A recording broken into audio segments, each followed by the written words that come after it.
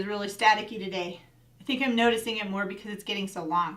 But this will make it easier for when I'm riding to just pull it back. Put it in a ponytail. That'll help a lot.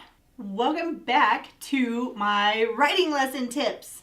Thanks so much for coming back. And as promised, today I'm going to talk to you a little bit more about what do you do when something goes wrong in your lesson. So unfortunately, every single riding lesson is not going to be perfect, which is kind of sad, but it's how you focus on what you're learning during that lesson and what you don't dwell on when something goes wrong in your lesson, because you don't want to carry that with you into your subsequent riding lessons. Does that make sense? So just for an example, when I was talking to you guys yesterday about not gripping with your knees, the reason I wanted to talk about that was because at my last riding lesson, I had a really hard time focusing on my lower leg, keeping it stable, and not gripping with my knees. And I can't pinpoint anything that happened, but for whatever reason, I just kept gripping with my knees. And my instructor had to keep reminding me, stop gripping with your knees, relax the pressure, don't grip with your knees. So I was focusing on that. And I was also having a really hard time posting. Not that I wasn't posting, but I was posting too high. And several times my instructor told me, you don't have to post quite so high. Just kind of go with it. Let it lift you out of the saddle. Well, I was letting it lift me out of the saddle, but it was like it was launching me out of the saddle. And I was like, I have no idea why this is happening today, but it is. So let's just go with it. And it would have been really easy for me to just focus on the negative of the lesson, but instead of focusing on the negative, I wanted to focus on some of the things that went right, because that will help propel me forward in my lessons.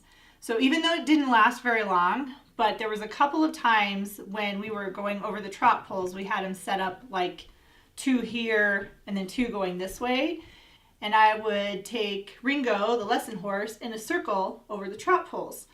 And I would do this in a 2-point position.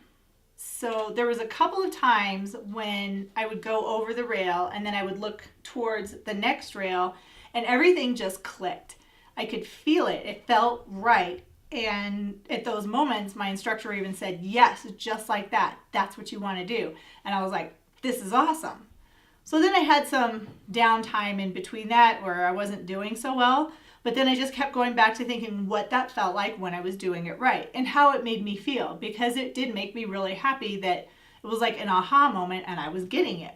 So that was awesome. So my writing lesson had some good points. It had a few more bad points during this week's lesson, but it did still have good points. And my tip for you today is don't just concentrate on the bad. Don't focus on the bad. You will have lessons or periods in your lesson where something just doesn't go quite right, and that's okay. It's kind of like what I said before. You just go with the flow, you get over it, and you move on to something better. Every time you do this, it will get easier and easier, and you won't be dwelling on the bad parts of your lesson or the bad things that happen.